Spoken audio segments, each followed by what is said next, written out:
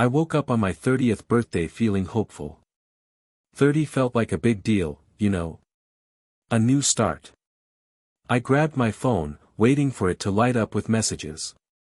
Nothing. Not even a happy. Hope you're doing okay, Paul. I've been busy helping Lena pack for Paris. That was it. No happy birthday, no apology. Just another reminder that I was an afterthought. I typed out, "Thanks, Mom," and deleted it.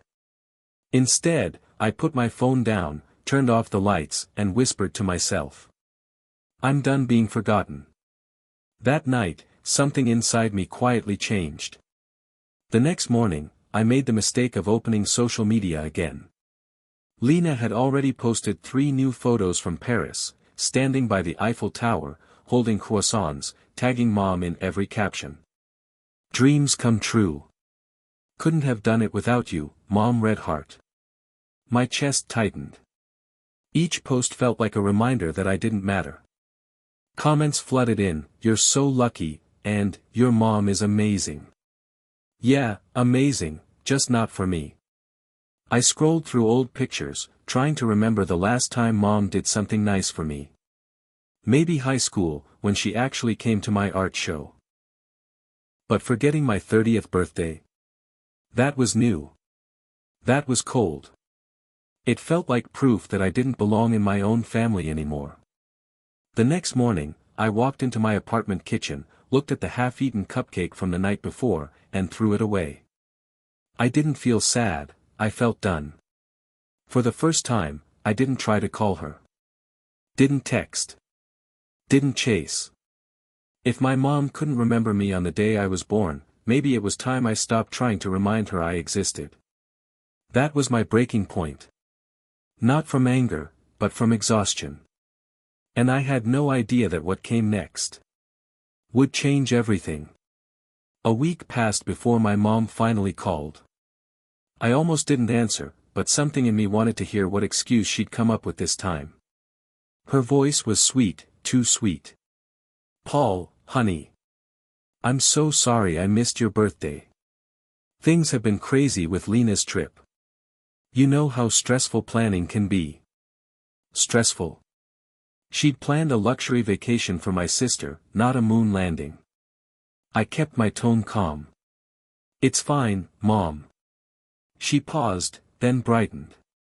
"Listen, I want to make it up to you. I got you a trip to Paris too. Same place, same hotel. Isn't that exciting?" For a second, I didn't know what to say. A week ago, she couldn't remember my birthday. Now she wanted to copy the gift she gave my sister, like I was some spare part in a family set. Still, I said yes. Maybe part of me hoped it meant something, that she finally wanted to care. When we hung up, I stared at the ticket in my email. 1 week in Paris. A gift, she said. But deep down, I couldn't shake the feeling that this gift wasn't for me at all. When I landed in Paris, I felt a small spark of hope. Maybe this trip would finally be different. Maybe Mom really wanted me to enjoy something for once. The hotel looked fancy, marble floors, gold lights, people smiling in languages I barely understood. I handed my passport to the front desk clerk. "Reservation for Paul Joel," I said, trying to sound confident. She typed for a moment, then frowned. "I'm sorry, monsieur. We don't have a booking under that name." My heart skipped. There must be a mistake. My mother arranged it. She typed again, then looked up politely. "Ah, I see. The reservation was under Lena Joel. She stayed here last week." For a second, I just stood there. Same hotel. Same room. Same everything. My mom hadn't planned a new trip, she'd recycled my sister's old one. I thanked the clerk and walked outside into the cold air. Paris looked beautiful, but all I could feel was emptiness. Mom's gift wasn't love, it was guilt, wrapped in someone else's leftovers. That was the moment something in me hardened. I wasn't going to beg for love ever again. I spent my first night in Paris walking with no plan, no map, and no reason to smile. Everyone around me looked alive, couples laughing, streetlights glowing, the smell of bread floating in the air. It should have felt magical. But when your heart's heavy, even the prettiest place feels empty. I ended up near the Seine River, watching boats glide by.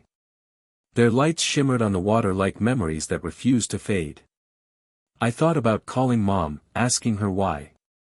Why she thought a leftover vacation could fix years of being ignored. But I stopped myself. What was the point? I bought a small sandwich and ate it alone on a bench. People passed me without a glance. And for once, I liked that. No fake smiles. No small talk. Just quiet. I realized that maybe this trip wasn't about her anymore. Maybe it was about me, learning what life felt like without trying to please anyone. As the Eiffel Tower sparkled in the distance, I whispered, "I'll make this city mean something, even if she didn't." And for the first time in years, I felt a tiny spark of peace. The next morning, I sat at a small cafe near the river, sketching on a napkin. I wasn't sure what I was drawing. Just shapes, ideas, maybe pieces of myself I'd lost over the years. The waiter, an older man with gray hair and kind eyes, stopped by my table. "You draw beautifully," he said in a soft French accent. I smiled weakly. "Just passing time." He nodded, setting down my coffee. "You look like a man trying to remember who he is." His words hit harder than I expected.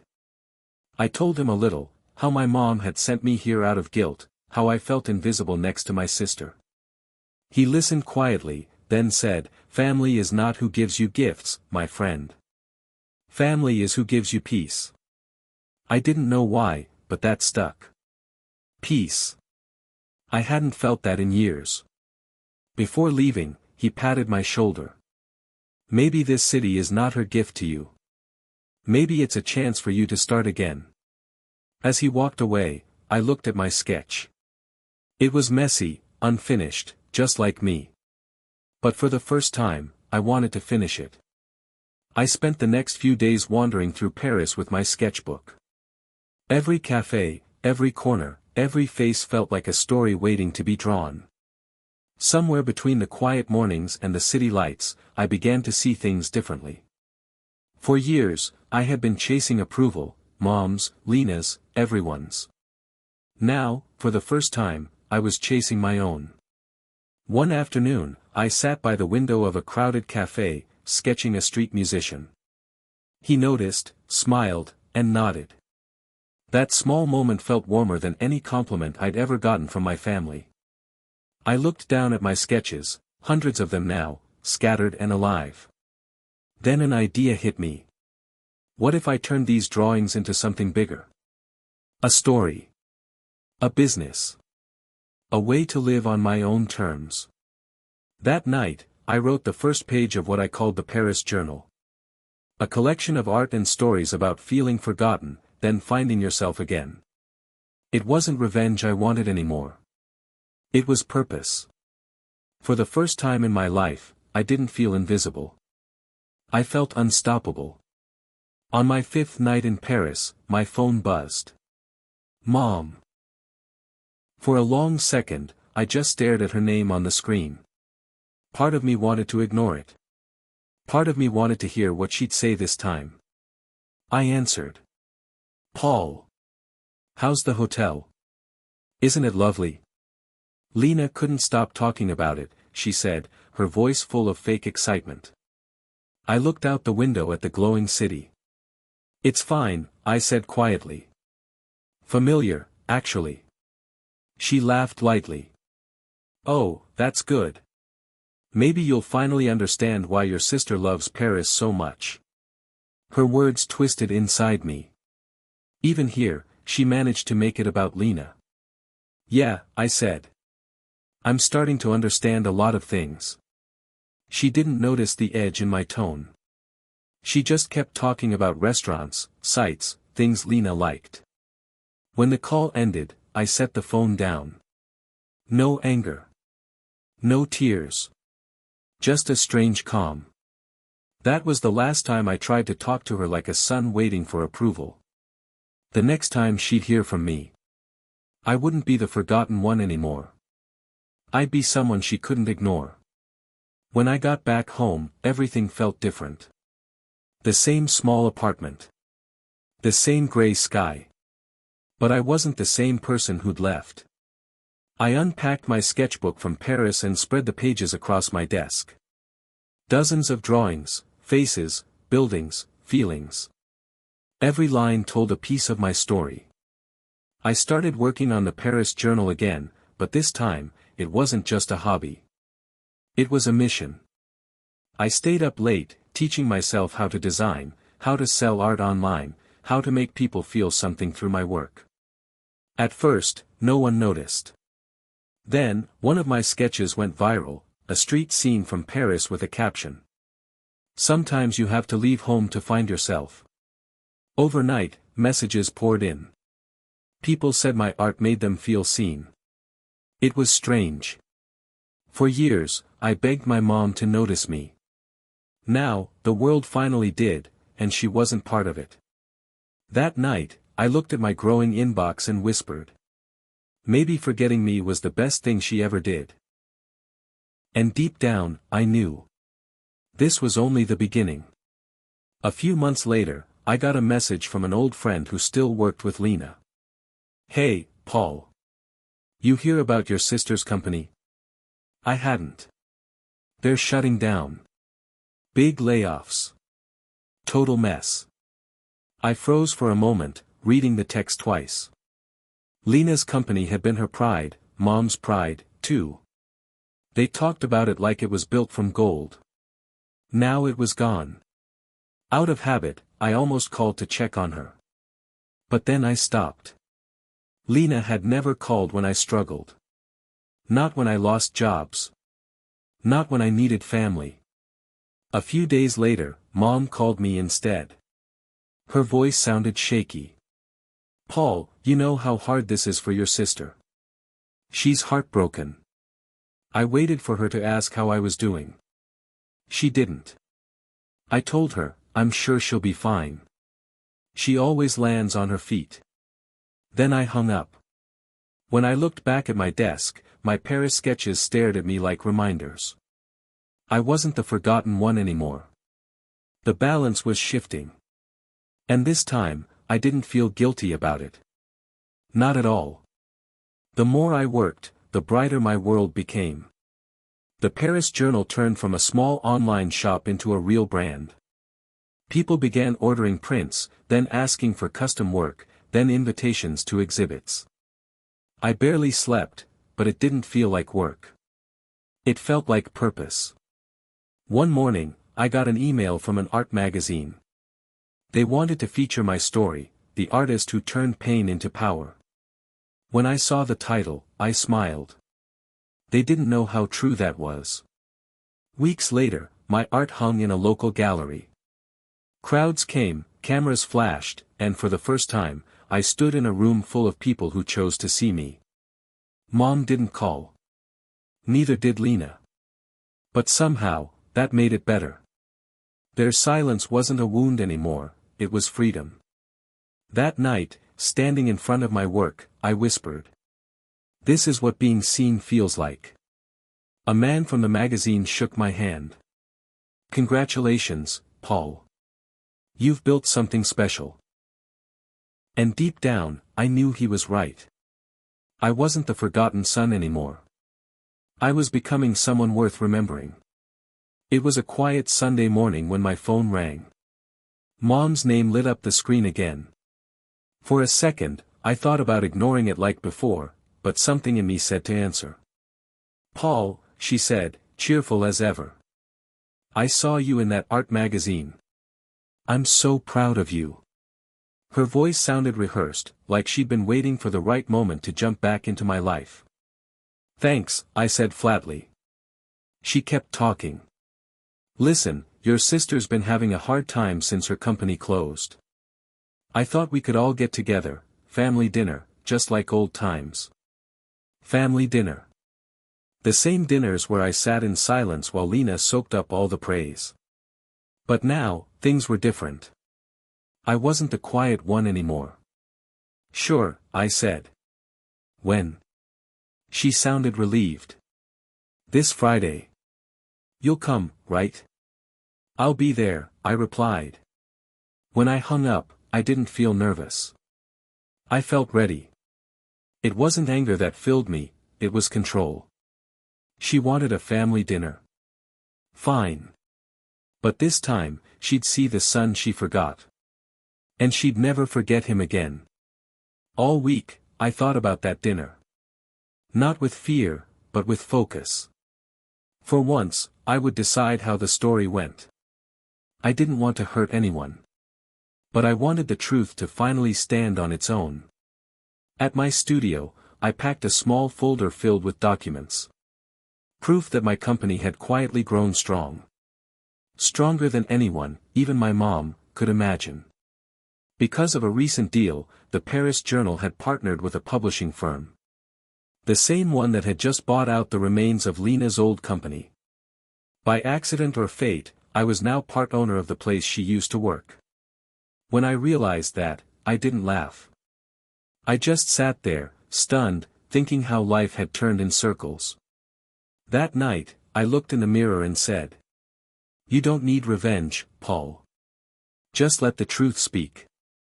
So I pressed my shirt, packed my folder, and prepared for Friday. Mom wanted to celebrate family. I'd give her that. But this time, the forgotten son would sit at the head of the table. Friday arrived. I walked into the house I'd grown up in, carrying my folder like armor. Mom greeted me with a smile that didn't reach her eyes. Lena hovered behind her, nervous and distracted. The table was set like always, silverware gleaming, candles lit, but this time, I noticed the empty space reserved for me. It wasn't empty anymore. I placed my folder in front of me and took a seat. Mom tried small talk, complimented my success, but I could see the tension growing. I let her chatter fade. Lena kept glancing at me, unsure of what was coming. Good. Once everyone had sat, I cleared my throat. "I think it's time we talk about the last 30 years, I said, calm but firm. Mom stiffened. Lena's eyes widened. I opened the folder and laid out screenshots, bank records, and emails, the proof that I'd been supporting the family, and that Mom and Lena had ignored it, spent it, and acted like I didn't exist. The room went silent. No words. Just the weight of years of neglect and favoritism finally sitting on the table, plain as day. For the first time, I felt powerful. Not angry. Powerful. The silence stretched, heavy and uncomfortable. Mom's hand trembled as she reached for her glass. Lena's eyes darted between the folder and me, guilt creeping across her face. I didn't realize, Mom began, her voice faltering. "You didn't realize?" I interrupted. "For years, I gave everything I had to this family. My money, my time, my loyalty, and what did I get in return? Ignored. Forgotten. Overlooked. And now you act surprised." Lena swallowed hard. "Paul, I didn't know. I really didn't. Didn't know."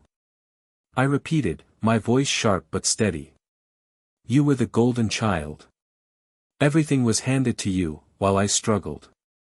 You thrived while I sacrificed." Mom tried to speak, but I raised a hand. "Let me finish. This isn't about punishment. It's about truth. I worked, I gave, I waited for recognition that never came. And now, I've built my life without your help. I'm successful, independent, and I finally see my worth." I leaned back, letting the words sink in. Mom's face was pale. Lena's shoulders slumped. For the first time, the power shifted. Not through anger, not through revenge, but through clarity, honesty, and proof. I was no longer invisible. And they had no choice but to see it. Mom sat frozen, staring at the folder like it had burned her. Her lips quivered, but no words came. For once, she couldn't control the conversation, couldn't twist the narrative. I didn't think you'd remember every detail, she finally whispered. Her eyes searched mine, seeking forgiveness, justification, anything. But I didn't flinch. You didn't need to think, Mom, I said evenly. You needed to care. You needed to see me, not just my sister. And you failed. Lena shifted uncomfortably in her seat. I'm sorry, Paul. I really am. I didn't know how much you did, how much you sacrificed. I nodded slowly. Now you do. And I hope you carry that truth with you. Mom's hands shook as she reached for the folder, as if trying to erase the past. I just wanted to make Brooke happy, she whispered. And in doing so, you made me invisible, I said quietly, the words cutting deeper than any argument. The room was heavy with realization. For the first time, the walls I'd felt trapped behind began to crumble, not for her sake, but for mine. I had faced the family who ignored me, shown them the truth, and nothing would ever make me small again. Lena swallowed hard, fidgeting with her hands. She'd been quiet all evening, but now her voice trembled. Paul, there's something I need to admit, she said, eyes downcast. I kept my gaze steady. Go on, I prompted. When I found out how much you'd given over the years. I confronted Mom, she confessed. I raised an eyebrow. She said you were being dramatic. That you gave it willingly, and that I deserved the gifts. I didn't challenge her. I believed her. I clenched my fists but let out a slow breath. So you knew I was being taken advantage of and did nothing? Her eyes filled with tears. I didn't want to fight. I didn't want to cause tension. I thought, maybe I could make up for it somehow, later. You could have stood up for me, I said, voice low but cutting. I know. I failed, she whispered. I was blind, Paul. I thought family meant protecting them, even if it hurt you. But I see now. I was wrong. I'm sorry. The sincerity in her voice was raw, unpolished. For the first time, I felt a flicker of hope. Maybe this wasn't just about revenge. Maybe we could rebuild, slowly, carefully, honestly. The next morning, I woke up early, the city still quiet. For the first time in years, I didn't feel the weight of their expectations pressing down on me. I brewed coffee, stared out the window, and let the sunlight warm my face. The folder sat on the kitchen table, a reminder of the truth I'd revealed. I didn't need their validation anymore, I had my own. I checked my bank account, the balance finally reflecting what was mine, untouched and hard-earned. No more silent sacrifices, no more being invisible. I felt a surge of calm, no, power. Lena sent me a text, can we talk later? I want to help fix this. I didn't reply immediately. I wasn't ready to let anyone back in just yet. Instead, I opened my laptop and started researching options, investment, courses, ways to expand my career. This wasn't just about money. This was about freedom, independence, and finally building the life I deserved. For the first time, I realized revenge wasn't just about taking back what was mine, it was about reclaiming myself. I smiled at my reflection in the dark screen. Paul Joel was here. And he wasn't hiding anymore. A week later, an email appeared in my inbox that made my heart skip. Virginia General Hospital, Billing Department, senior position available. I clicked through, reading every line carefully. The pay was more than I'd ever imagined, and the benefits were solid. I hesitated for a moment. Could I really step into something new without my family's interference? Then I remembered every sacrifice, every invisible year I endured. Yes. I could. I would. I polished my resume, highlighting skills I'd honed in sales and self-taught finance knowledge. I drafted a cover letter that reflected not just competence, but resilience. Paul Joel doesn't back down. He rises. The next day, I submitted it. No hesitation, no looking back. I felt a rush, like opening a door I'd been knocking on for years. Within hours, a reply came, interview scheduled. I couldn't believe it. Opportunity was knocking, and I wasn't ignoring it. That night, I called Lena. I've got a shot at a new job, I said, excitement and fear tangled together. She cheered, relief in her voice. You deserve it, Paul. Don't let anyone hold you back. And I knew she meant it. For the first time, my future wasn't dictated by them, it was mine to claim. The weekend before the interview, my phone buzzed incessantly. Mom. Dad. Unknown numbers. I ignored them, focusing on preparing for the hospital. But then came a message from Mom, Paul, we need to talk. Please, don't shut us out. I stared at it, my fingers trembling. Part of me wanted to respond, to yell, to demand apologies. Another part, the stronger part, knew better. I drafted a short reply, I'm building my own life now. I'll reach out when I'm ready. Do not contact me until then. Sent. A wave of relief washed over me. Later that day, Dad called. I didn't pick up. I didn't want excuses or guilt. I wanted space. I wanted boundaries. I walked through the park, letting the crisp air clear my head. Memories of forgotten birthdays, stolen money, and favoritism hit me, but I let them fuel resolve, not anger. Lena met me afterward, her eyes filled with concern. You're really doing this, huh? Standing up for yourself? I nodded, taking a deep breath. Yes. No more being invisible. No more letting them dictate my life. For the first time, I felt untouchable. Not vengeful. Empowered.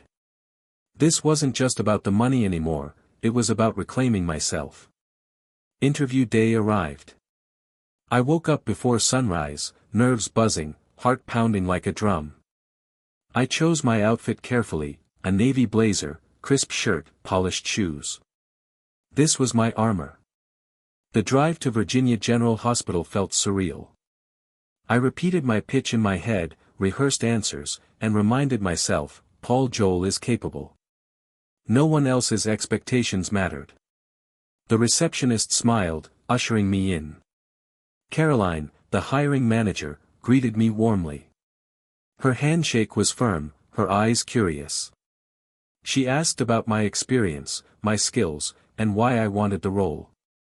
I spoke honestly, passionately. I highlighted my dedication, resilience, and ability to handle pressure. I didn't mention my family drama, this was about me, not them. Caroline's expression shifted from neutral to impressed. I like your determination, Paul. You've overcome a lot and it shows in your work ethic. By the end, I felt a spark of pride. I walked out of her office knowing I'd given my all. This was more than a job, it was a turning point.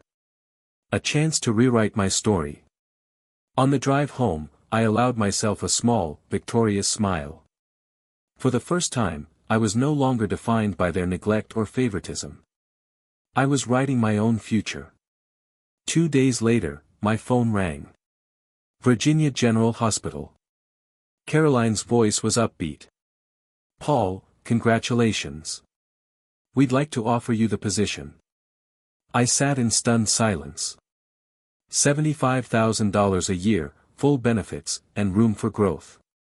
I finally exhaled. This was the validation I'd longed for, not from my family, but from my own effort. I called Lena first.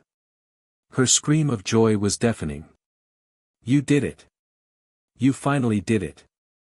I laughed, a real laugh, free of guilt or shame. Later, I posted a simple status on social media, 30 and thriving. New beginnings. No tags. No apologies. Just me. For the first time, I wasn't seeking their approval. Then came the inevitable, messages from mom and dad. Angry, guilt-laden, manipulative. They wanted explanations. They wanted their money back. I ignored them all. I realized something crucial. Their approval didn't define me. Their favoritism couldn't diminish me. I had reclaimed my power, my dignity, and my future. And when Brooke texted, apologizing and asking if we could start over, I didn't rush. I had boundaries now. I had respect, for myself. For the first time, I felt untouchable, truly free. I woke up that morning feeling lighter than I had in years. The apartment was quiet, but it felt like my own world, finally mine. Brooke had moved into her own place. Mom and Dad's calls were silenced. For the first time, I wasn't running from disappointment or trying to prove myself. I walked to the hospital for my first official day on the job. Everything felt purposeful, my steps, my thoughts, even my breathing. Caroline introduced me to the team, and I felt welcome, capable, respected. Lunch with Lena afterward felt like a small victory celebration. We toasted with iced coffee, laughing about nothing in particular. I realized I didn't need validation from my family. I had people who truly cared. That evening, I scrolled through old photos.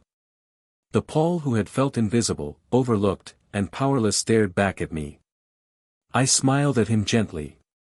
"You made it," I whispered. I updated my social media one last time. New beginnings aren't just about starting over, they're about rising stronger. Here's to my life, my rules. For the first time in decades, I felt peace.